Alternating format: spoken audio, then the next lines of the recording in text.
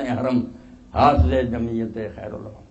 جس کو نانا نے سمجھا دیا کہ بیٹا آدمی صلح کے لائق نہیں ہوگا، مگر اس وقت تو لوگوں نے اگر صلح نہ کی تو یہ جو ایک ہے نا لبادہ اڑا ہوا اس شخص نے کہ حضرت عثمان مظلوم مارے گئے، یہ علی اور اس کی اولاد ان کا کوئی نوٹس ہی نہیں لیتی، یہ بدنامی جو جھوٹی جس کے بارے میں علی علیہ السلام نے نہج البلاغہ اور آپ کے خطبات میں بار بار کہا کہ مقام ابراہیم اور حجر اسود کے درمیان اگر یہ کہنا 70 قسمیں تو میں دیتا ہوں کہ میرا حضرت عثمان کے قتل میں کوئی دخل نہیں، میں نے نہ حکم دیا نہ راضی ہوا، مگر ان لوگوں کو مطلب بدنام کرنا تھا۔ یہ عام لوگوں پر یہ بات اثر کر گئی، عوام واقعی سمجھ بیٹھے کہ کچھ وہ لوگ جو اس تحریک میں تھے ان کو یار امیر المومنین علیہ السلام نے مصر کا گورنر بنا دیا، کسی کو کوئی بنا دیا، داڑھ میں کچھ کالا ہے۔ اس لیے اللہ کے رسول علیہ السلام نے فرمایا اس کے چہرہ سے نقاب نوچنے کے لیے نا حکومت کو لات مار دینا، دے دینا اس کو فری ہینڈ۔ پھر جب یہ حکومت کرے گا نا تو جن لوگوں نے علی علیہ السلام کی بیعت نہیں کی تھی یا آپ کے بارے میں کچھ غلط رائے رکھتے تھے، آپ تاریخ اٹھا لیں، سب مرنے سے پہلے پچھتا کر مرے ہیں کہ افسوس یار علی ٹھیک کہتا تھا، یہ آدمی جو اس نے تو بہانہ بنا رکھا تھا قتل عثمان کا، اس نے تو اسلام کا سارا چیا پانچا کر دیا، نہ نماز وہ رہی، نہ زکوٰۃ رہی، نہ وہ حج رہا۔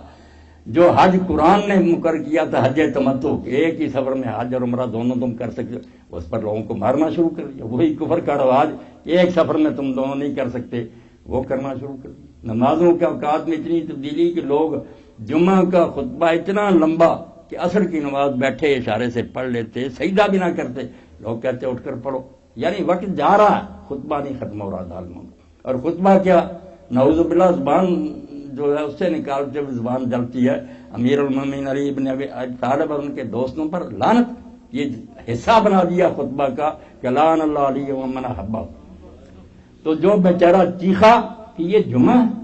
یہ خطبہ، سر کاٹ دیا۔ تو ہر شاید تبدیل، مگر یہ 20 سالہ دور ہے۔ امام حسین رضی اللہ کو جو لوگ شروع کرتے ہیں نا کہ یزید نامزد ہو گیا اور امام حسین رضی اس پر ناراض ہو گئے، بات واضح نہیں ہوتی۔ اگر امیر معاویہ کو حضرت حسن یہ ہاتھ کھلا نہ دیتے اور 20 سال میں اس کا اصل چہرہ سامنے نہ آتا تو حضرت حسین رضی کی تحریک بالکل بے جواز ثابت ہوتی کہ یار ایک برا آدمی بیٹھ گیا، پھر کیا، اگر سسٹم ٹھیک چل رہا ہے تو شراب پیتا ہے یا زنا کرتا ہے، اس سے کیا قیامت آ جاتی ہے، یہ اس کا ذاتی فعل ہے۔ نہیں، میں نے جو خطبات دیے اور جو تاریخ کنگالی، میں علی وجہ بصیرت کہتا ہوں کہ یزید جو ہے یہ ایسے ہی جیسے خواجہ حسن نظامی مرحوم سے جب کوئی پوچھتا تھا کہ آپ معاویہ کے بارے میں کہتے کیا ہیں تو وہ کہتے تھے بڑا بڑی فکرہ کہ وہ تو یزید کا بھی باپ تھا۔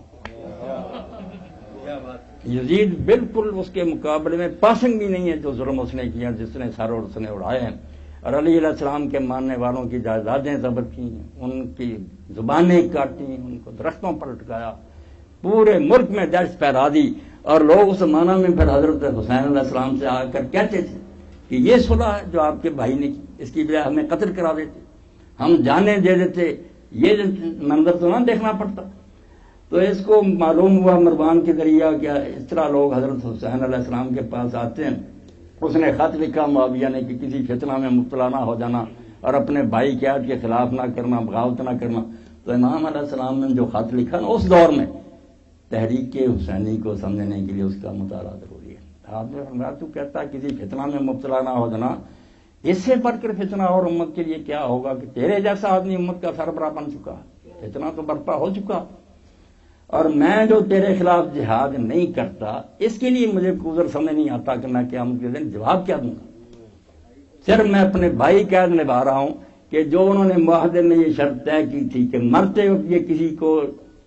نامزد نہیں کرے گا، امت پر چھوڑ جائے گا، وہ دیکھوں گا۔ اگر آخری کیل بھی اس نے اس تابوت میں ٹھونک دی پھر دیکھا جائے گا۔ ابھی تم صبر سے کام لو۔ اپنے ساتھیوں کو بڑی مشکل سے آپ چپ کراتے